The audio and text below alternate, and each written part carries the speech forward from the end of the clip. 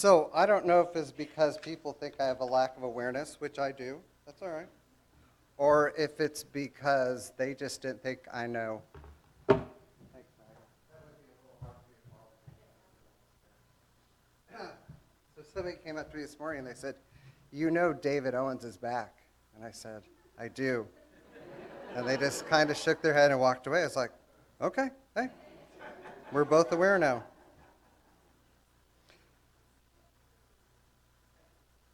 Yeah.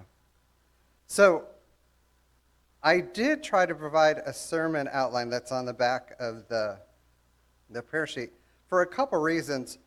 One, I tend to drift in and out of thoughts. It's like having all those little icons on your screen. Or it's because of, I just would like you to get something out of the sermon other than what I say. So at least if you fill in the outline, you could go home and say, oh, that's what he was trying to say, and we'll both feel better about it. I am a little thankful and nervous this morning. Somebody also asked, they said, so is it one Sunday a month you're required by your contract to preach? And I said, I don't know, I hope not, but it's about one Sunday a year I get to be up here. But I'm more nervous to share with you my understanding of Jesus and Peter walking on the water for a couple reasons. One, this is where my mind has been consumed for a couple months now, because this is what we talked about at VBS yesterday. But also, I've had a lot more spiritual struggles over this last year and a half, maybe due to COVID, maybe due to some other things. And so I'm going to try to be really honest with you about where I've been in the midst of my storm. And so hopefully you will be able to go, oh, that makes more sense, or maybe you'll find some application for yourself in it. So let me share with you a little bit about my spiritual reality, trials and storms over the last couple of months. Probably about, if I literally would look back in some of the diary stuff I do, about 9 months ago, I started thinking about some things in a different way. And I started thinking about some of the things that God had put in my path that he said, this is where I need you to meet me. This is things that we need to go through together.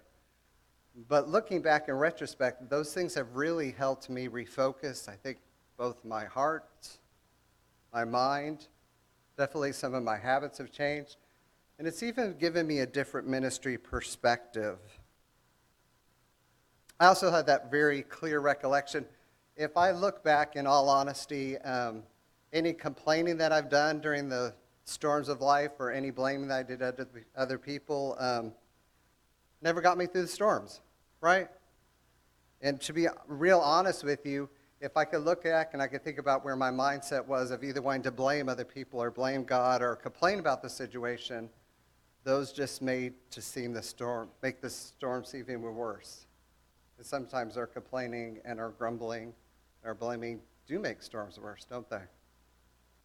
So unfortunately for you and I, here's the sad part of it. We will all face certain storms. And the reality is those storms, no matter how hard you try to prevent them or avoid them, they're going to happen. Some of those are predictable. Some of those are unpredictable. They're unforeseen. And I want to talk to us about when you're in the midst of the storm, what do you do? And I hope by the end we can at least say, hey, let's make a recommitment to knowing who the master of all things is and commit ourselves in full faith to Jesus and saying to Jesus wholeheartedly and openly as much as we can in the midst of struggles, in the midst of strives, you're calling me to something greater. And that reality that I want us to make sure we fully embrace this morning is God is never calling us to stay the same. Never once. He's always calling us to something greater. And so let me share with you some hope in that as we go through this. So we are in Matthew chapter 14, verses 22 through 33. And if you were looking at Matthew's, how he sets up this context, you would go, if I was one of the disciples, things would be great. As a matter of fact, they had been with Jesus about 2 years at this point, and this is probably the best things have ever been. Well, why would you say that? Because the people are coming in greater and greater masses to be with Jesus. His teaching is still being fully embraced. And they just went through this incredible experience where all these people come and there's not enough food, and Jesus feeds 5,000 plus. And one of the only instances it ever says in the Bible, the people were satisfied. And they're not just satisfied spiritually, they're a great truth. Their bellies are full, and that never happened back then. So he feeds them, and the people keep coming. And then Matthew throws in this little thing. And by the way, the people even want to make Jesus king. Make him king by force. And I think that Mark brings that out a little bit more in his gospel. Things were good. They were on the right team, and things were looking up. Nothing left to learn, right? Matthew's going to, and to frame his story, his recollection of what happened, he's going to use the word immediately 3 times. He's going to use them in such a way to help us understand not only the immediacy of what needed to happen and what Jesus did, but also to say, here's how I remember things happening. So look with me first in verse 22, because this is the first instance of we see the word immediately. And Jesus immediately made his disciples get into the boat and head off to Bethsaida. Now, this is my only remembrance of Jesus ever forcefully telling his disciples, you need to go. Right? That's just not how Jesus often handled his disciples. So why does he do that? Perhaps Jesus needs to say, hey, the people out of control, this kingship thing is not going to be what we're a part of, so you need to go. Or probably also Jesus just needed to be alone to pray.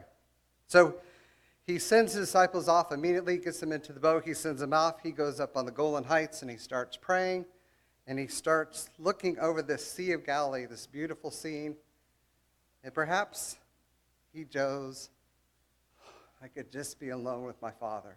You ever one of those moments where you're just like, it's okay. I'm just going to be alone with God. And so he starts praying. But if you're the disciples and you're in the boat, you go, what was up with Jesus? Why did he immediately pack us into the boat and send us off, and he doesn't even come with us? And why does he need to go alone and pray by himself now? Well, maybe it's perhaps of their lack of the big picture. Maybe it's perhaps because Jesus knew what he was sending them into. So you have the disciples in the boat. You have Jesus up alone on the hillside praying. And I like how Matthew kind of frames it, because you see Jesus up there on the hillside, and his disciples are now struggling just to cross the Sea of Galilee.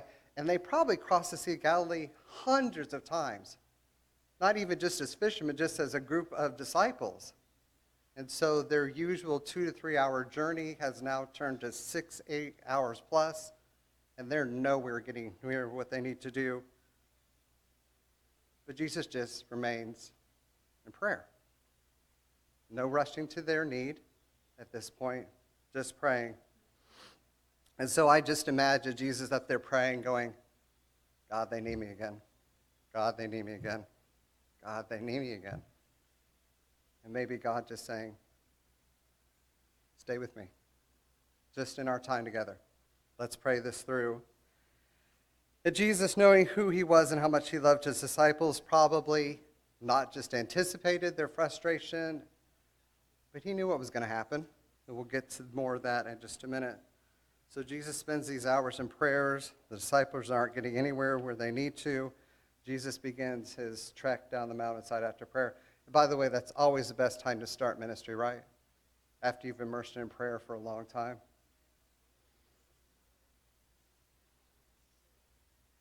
I always wonder with Jesus, when he has to go down to teach his disciples something again, to go, hey, God, it'd be really great if this time they get it, right? Because I'm going to have to do something really powerful to make sure that they understand who I am, and they have a greater need for faith. So Mark brings it out as gospel. Matthew does a little bit, and either your translation says in the 4th watch of the night or in the early dawn, Jesus begins his what? His walk across the water. I mean, I've read that so many times. Sometimes it's like Jesus was able to open up a communion cup, which is impressive enough by itself, right? But it's not just something that anybody else could do. Jesus begins his walk on the water. Only time it ever happened in history until Peter's going to try something miraculous. Jesus begins to walk on water. And you would think his first walk on water would be something incredible, news stations, all those things would be big publicity, but no, he's simply going out to his disciples. And his disciples had been rowing now for many hours, and they're being pushed out by the storm. And I like how Matthew points it out, and I don't know if he was the one in the boat saying it. By the way, guys, we are actually going in the wrong direction now, because now we're out in the middle of the lake instead of along the shore. And Jesus starts water walking. But he's not just water walking to his disciples, he's water walking through a storm. Jesus could see them. And I often wondered, how is that possible? Well, first of all, if you're able to water walk, you can see anything, right? That you wouldn't go up to water walk and go, oh, you could see that too, right? But it's also that time of the year during the Passover where there's full moons at night. But I don't think it was just a physical thing. I think Jesus just had that spiritual sense of seeing. But it makes the story more poignant because Jesus could see them, but they can't see him, right? Well, why can't they see them? If you haven't been doing water walking, you're not going to have that spiritual insight. You're not going to have the ability to see things that other people can't see. But also the reality is when you're exhausted and when you're tired, like the disciples were, your vision becomes really, really small, right? Your perspective shrinks. And so I've wondered often when the storm finally hits the disciples and they go, this is just getting worse, if maybe there's some conversations that started in the boat. You ever been with people when things are not going well? And you're just kind of looking at people's faces and you go, somebody's going to say what we're all thinking, right? You've been there? And maybe some of the conversations were, hey, you know what? Maybe we just misunderstood Jesus. He was mistaken. He didn't know there would be a storm here, so this is all on Jesus, right? Or maybe we just not only misunderstood him, maybe Jesus knew that there was going to be a storm, and so it's okay if we just fail at this. All that dissension starting in the boat. It made me think, I frequently do that with God, right? When it seems pretty clear the Spirit saying, Alan, you need to do this, but things aren't going so well, and I start saying to God, you know, maybe I just misunderstood you. Or maybe God, maybe you misunderstand my situation. Maybe your instructions and plans were not meant for this moment. I want to share with you a conclusion I made in the midst of this. Satan and people didn't cause the storm. Jesus caused the storm. Let me point out to you why I think that. Look at the disciples in the storm, exhausted and tired. Well, why would Jesus have them go through something like that? Well, they needed to be tested. They needed their faith to grow. They needed to have a greater understanding of who God was and what faith really meant in action.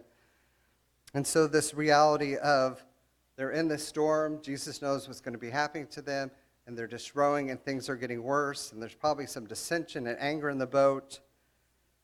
And that reality of what faith really means. Faith really means when you move in the right direction to the one who calls you, no matter how difficult it is. That's what real faith is. Well, what is fear then? Fear is then when you move your faith in the direction that doesn't honor the one who calls you. And we often think in our lives it's such a small line, but there's not a line there at all. It's either obedience or it's not. And you can be fearful even in your faith, but you can't be obedient if you let your fear overtake your faith. So let's go back to the disciples. So this is the thing that I always thought was really funny. When they start seeing Jesus out on the water, what do they think? They think it's a ghost, right? And we laugh at that, right? Any of you still, don't raise your hands. I don't know if you still believe in ghosts. We can talk about that later. But you start perceiving things that are not real or not normal the harder things get. They become so terrified, they start thinking, if this night could only get worse. How many of you have the worst time of your life at night, where your mind just starts racing over and over again? And it's usually in the middle of that night where you're going, okay, God, really? I just want to sleep through this. I wonder if any of the disciples tried to lay down on the boat and the rest of them were like, seriously, dude, get up, right? But I always laughed at this because I thought that is so irrational to think it's a ghost. And then I thought, in my struggles, particularly over the last year and a half, my mind first went to, okay, the next worst thing that could happen, the worst possible thing that could happen, here's what could happen next.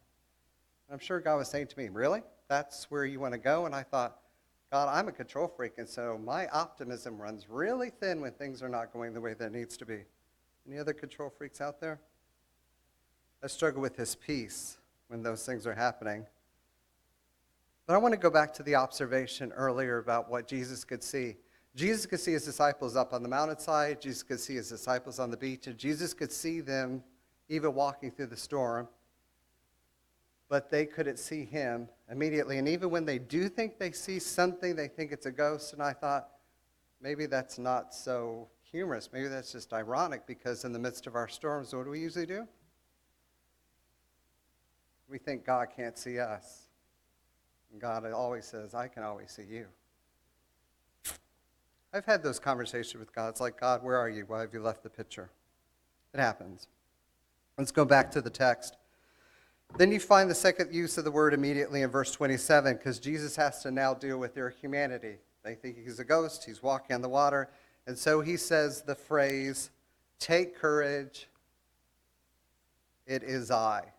Now, if you heard somebody speaking to you in the water in the midst of the storm, you would probably want to pay close attention to what that was, right? But here's the even cooler part of it. If you literally look in the original language, it would be, I am, fear not. Very simple. Literally, that idea of I am. Make you think of anybody else? That verbiage? It makes me think of Moses, right? Moses says, who did I say sent me? He goes, say, I am. Pretty simple, right? Or what about Joshua? Joshua getting ready to go into the promised land 3 times. Take courage. I'm going to go before you. But I do note that none of the disciples say, and maybe Matthew just left it out, but actually then Mark and John also left out, you never hear any of the other conversations of the disciples in the boat. You ever notice that reading through this? You never hear any of the disciples finally going, Jesus is here. Thank you, Lord. We're good. The only thing that they want Jesus to do is not for his presence. They want him to do what? Stop the storm. I don't care if you're here. I don't want the storm. How often in the midst of our storm, instead of rejoicing when Jesus said, I will be present with you, we say, I'd rather just have the storm stop. Okay, time for bold Peter to make his move. So Peter's response is what? Lord, if it's you that's calling me, tell me to come walk to you on the water. I like that, don't you? Because it's that intersection of both fear and faith. The fearful part of, if it's you, right? Kind of like, I'm not going to get out of the boat unless it's you, and so I can't really trust that it's you. But the faith part saying, if you tell me to come, I'll come. One word. Have you noticed that's the only word that Jesus offers? Just come. So let's put ourselves in Peter's situation. If Jesus asked you to supernaturally walk on the water, wouldn't you want a tutorial? Right? Or maybe we could have practiced this on dry land, right? Maybe just like we'll step on that puddle or something. But in the biggest faith moment that he's going to have to take, Jesus only has one word for him. Come. I have to wonder, why just one word? Maybe if Jesus used other words, maybe some of the other disciples would get out of the boat. Nah. Why was just one word sufficient for Peter? I think it comes down to because of who called him, right? And that reminder, if God's the one who calls us, that one word should be sufficient for us. If he says, come, we just go, okay. I still think a tutorial or a video release something would have worked out better. So I'm curious about you. I am not a boat person. Don't really like to be out on the water. I'm not a good fisherman, but I appreciate people who do things like that. But I can tell you, I don't have great balance issues. My dad says I get that from genetically. Thank you, Dad. But I have, had those situations, getting out of a boat or a kayak or a canoe just on the dock, and it's a little unbalancing, isn't it? Right?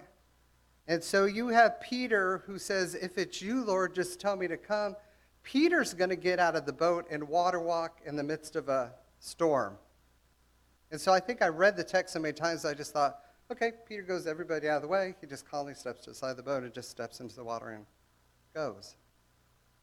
I don't know about you, but my faith walks are never that clear. They wouldn't shoot video footage of my faith walks because they're often shaky, they're unbalanced. And so I like how basically Matthew gives his account. It says, Peter got down out of the boat and he walked on water and came toward Jesus. I imagine Peter crawling over to the side of the boat, getting the balance, then fixing his eyes on Jesus, and then the balance problem was taken care of. Isn't that how it is in our struggles, right?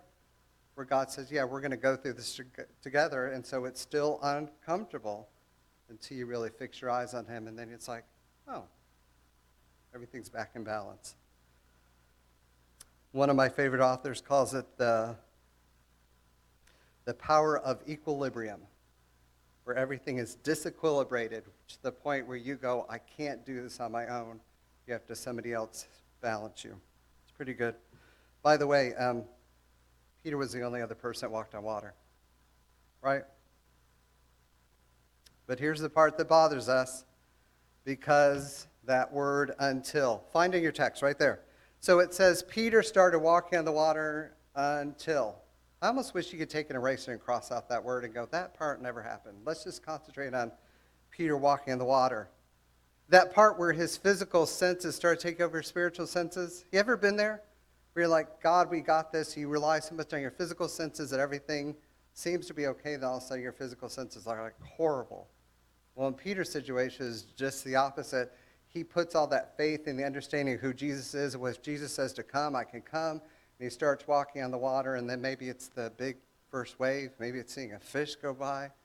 But he loses his focus, and then the physical senses take over the spiritual senses. I think that's when Jesus says, fix your eyes on me, the author and perfecter of your lives, where Jesus says, don't look anywhere else because you're not going to make it. But let's not criticize Peter too much. Remember, he's the only person that got out of the boat. And by the way, I do think Peter, for the rest of his life, told the other disciples, at least I got out of the boat. Wouldn't you, if you were the only person that walked on water? Say, I've walked on water before. If you need a tutorial, I can offer that for you.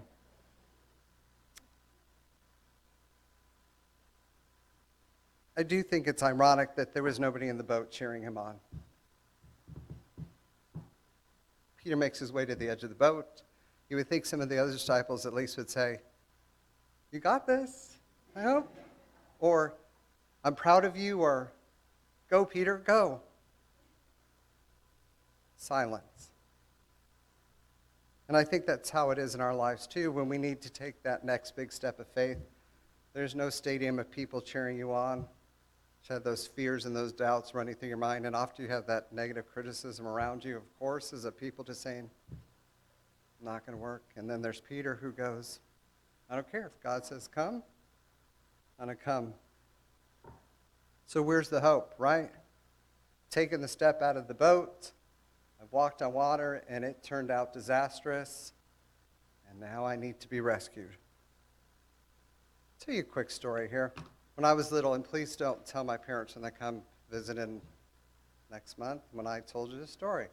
When I was little, we were at a family reunion. We were all swimming at the ocean, and somehow I drifted off a little bit from my cousins. And I remember at one point, I started getting sucked down into this tidal pool, and all of a sudden, I remember thinking, I'm not going to make it. If I go back under again, that's it. And I just remember this huge hand reaching down and pulling me out of the water. And the reason I tell you that story is because at that point, I had been bragging about how well I could swim. I remember that part pretty clearly because I was corrected about that later on. But I remember at that point thinking, I didn't care how it looked that I got rescued. There was no ego going into it. There was no one of those, I'm going to have to tell somebody else that I got rescued. It was just, I want to be rescued. You ever been there with God? I mean, where things are so bad, you're like, I've tried this on my own, and it's just getting worse, and I don't care, God, whatever you have to do, I just want to be rescued. And God goes, okay.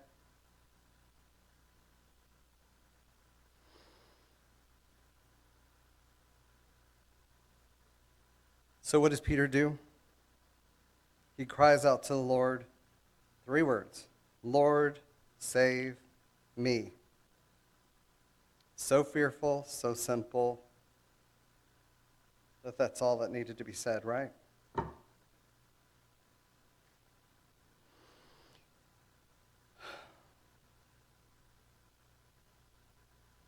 Third use of the word immediately. In verse 31, immediately Jesus reaches out and he catches him. And we know that Peter didn't catch Jesus. Jesus caught him. Amen? Right? So stop playing that game with God where you go, God, wasn't it so good that I reached out to you? And he goes, literally? Seriously? That's where you want to go with that? But just a side thought, and maybe something that'll be helpful to you because it's been helpful to me. What is so ironic about Peter being rescued? What did he do for a living? He's a fisherman. He could swim well. That was like an occupational necessity, right? You put that on your resume. And so what is the ironic thing about it? Peter's drowning in something that he's swum in thousands of times before. Well, he's never done it in the midst of a storm, right? He's never done it when he's been tired, exhausted. But he's done it before. But Jesus allows his weakness to become a strength for Jesus to take advantage of. Imagine if Jesus was like, hey, let's just push the situation here a little bit. What if I just tell Peter, hey, let's try again, right? Just go back to the boat, step out again. Would Peter have gone back? No. Or if Jesus had said, hey, Peter, you just need to try a little harder. Let's try the swimming thing. Can you do that still? Aren't you glad that God doesn't mock you when you call out to him?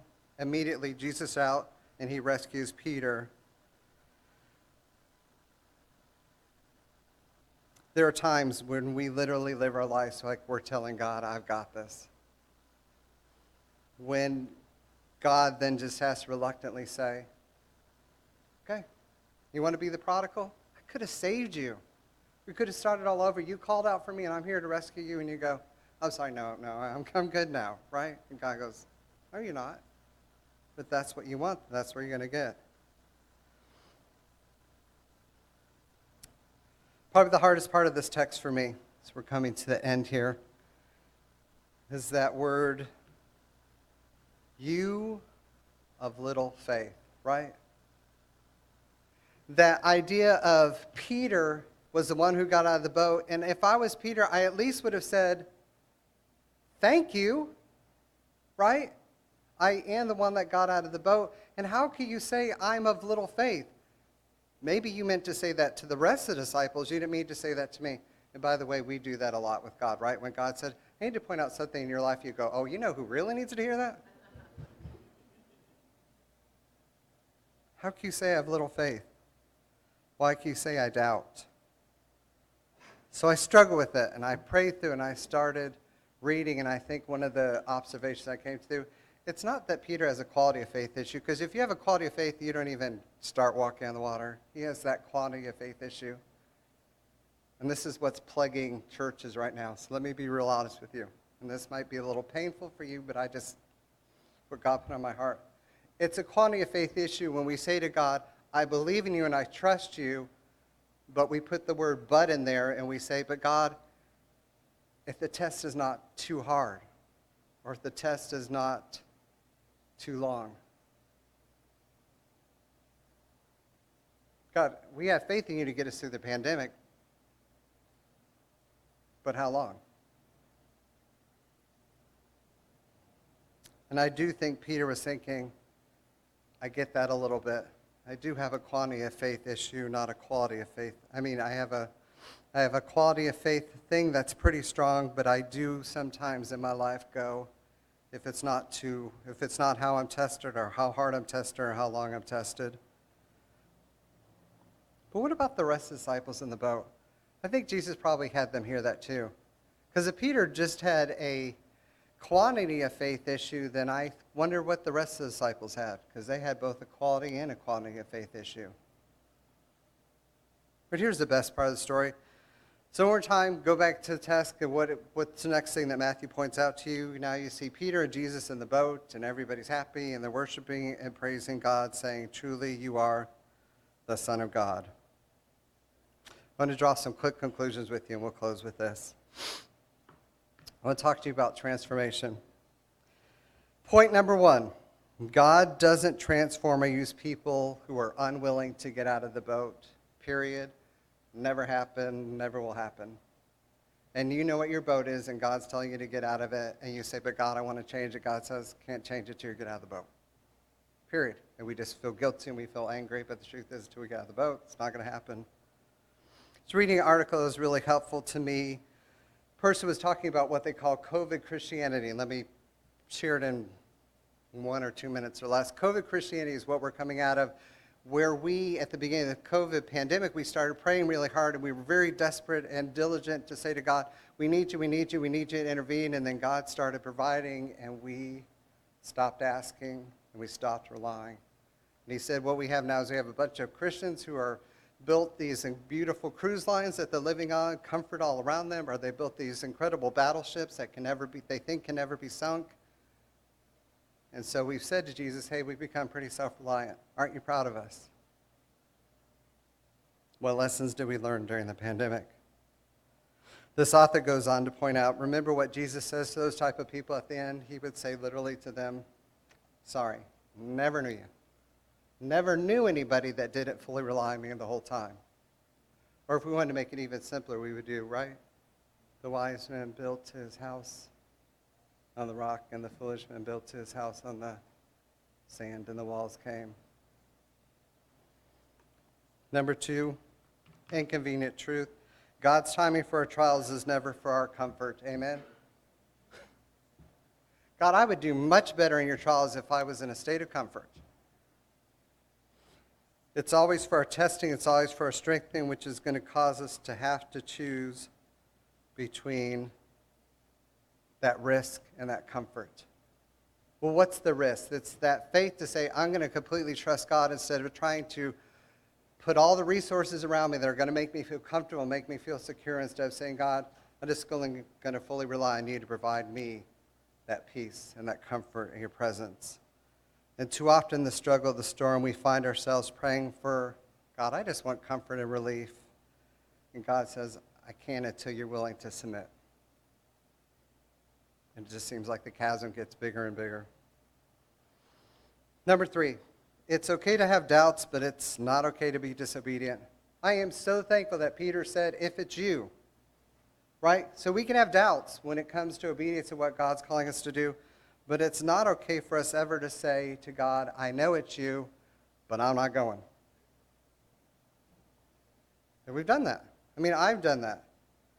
And so in those situations where things become really stressful, I need to be honest with you, there was a period for like 2 or 3 weeks that the only thing I was able to pray to God, help my unbelief.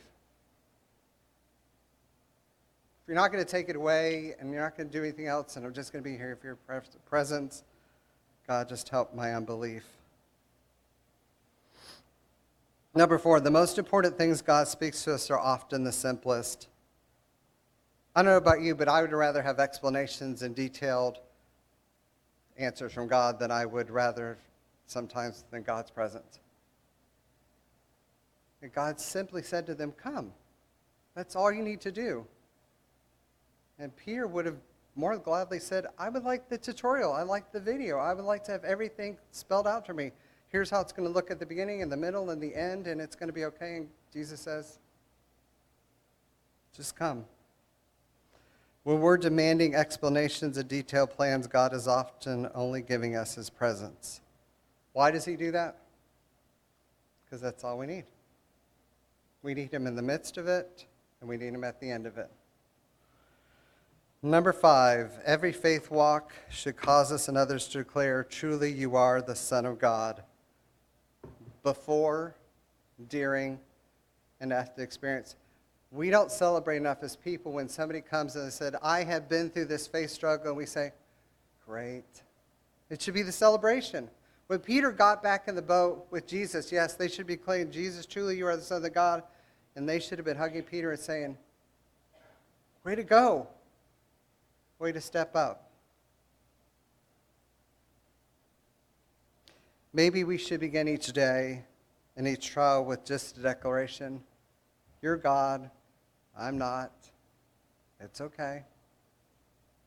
You're God. I'm not. It's okay. Talking to a faith mentor of mine, somebody who had been through an incredible faith struggle, and he said, I needed to change how my life was going spiritually, he said, so I just started practicing that each morning and each night before I went to bed. Those phrases, you're God, I'm not, it's okay. They said, it dawned on me, I probably should say thanks to God at the end of the day. And I said, yeah, that was probably a good thing to have too. Somebody recently came and asked me advice about their COVID Christianity that they're going through. I should have reminded her that, just to say to God, you're God, I'm not, it's okay, thank you. Crazy hard, but worth it. If you didn't hear anything else, I hope you'll capture this, because this is where my faith really came down to the crux of trying to make a spiritual breakthrough. So every time you remember, about a year and a half, 2 years ago, I was having some extreme chest pain, and went to some of the doctors. They were like, I think it's this, so the doctors I think it was that, and just didn't really know. And then one doctor said, go see the rheumatologist, and she said, you just need to stretch out your arms really big, and you'll be able to breathe again. And that was the most painful thing in the world. And I said to God, this was the biggest waste of time. And I literally got to the point of saying, God, if you would just give me some answers, do this and do that, it's going to be okay. I can trust you if you'll tell me what's going to happen and how I'm supposed to get through it and how I'm supposed to be a shining light to the people that I'm around in my family. And I had a very wise person say, if you can't change your actions, change your prayer life. Have you ever been in a faith struggle like that where the actions, the answers are not changing, and you just go, I'm just going to stay in prayer. So thankful for the prayer words. Let me share this with you quickly. Sorry to digress there. What I had to do is start praying 4 basic different things. I was always praying for more security, more comfort. I'm a big comfort guy. And so I was saying to God, if I just felt more comfortable, if I just felt better, I could serve you better. And God said, if you'll stop praying for that, just praying for a bigger presence of me in your life, I'll answer it. I remember praying to God, God, if you could just make this easier, ministry could be a lot better. I could be better to my wife. I could be better to all the people that I'm around. And God said, how about if you just be willing to go through the challenges that I'm putting you through? That's what's going to really help you grow. That's when you can change people's lives. And I've been there. I've been the person who said, God, I just need some explanations and details. Did that before doctor's appointments, did that before specialists, did that so many times. God, I just need a clear explanation today of what's going to happen. And he said, will you ever just be content with my presence? And so literally starting to pray each day, I just want your presence. If I don't get any answers today, that's okay, because I will have your presence. And then finally, when I said, God, if you would just intervene more, everything would be a lot better. You ever done that with God? God, you just need to do something. If you do something, everybody will believe in you.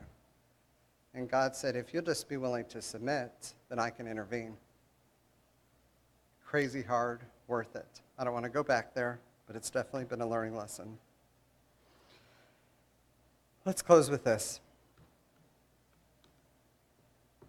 We need grace and faith. Ephesians chapter 2, verses 8 through 10. For grace you have been saved through faith, and this is not of yourselves, it's the gift of God, not by works so that any one of you can boast, for we are God's handicraft, created in Christ Jesus to do good works, which God prepared in advance for us to do. See, the reality is, if you don't think you need His grace, you probably don't, because you think you've got it all figured out. But if you don't need His grace, then you don't need to practice faith, because He'll never put you through any experiences where you're going to have to be saved by His grace. And so you don't need to have faith for the journey. It's a really dangerous place to be, but it's just as dangerous to be on the other side when you don't think you need His faith. Because when you don't think you need to have faith in Him, there will be no need for His grace. And so Jesus makes it really clear. You need both grace and faith to make it through the journey. Let's simplify and close this way. The truth is He's calling you, and I don't know exactly what He's calling to you, but I bet you, all of you know exactly what boat you're supposed to be getting out of. And you're the only one that can get out of the boat. But I just want to remind you, He can't change you, He can't transform you until you get out of the boat. So wherever that boat is, no matter how difficult or how challenging it is, He just wants you to come into my presence, Come see what I can do for you. That's the only place that we find the hope that we need for the rest of the journey. Thanks. Let's stand and sing.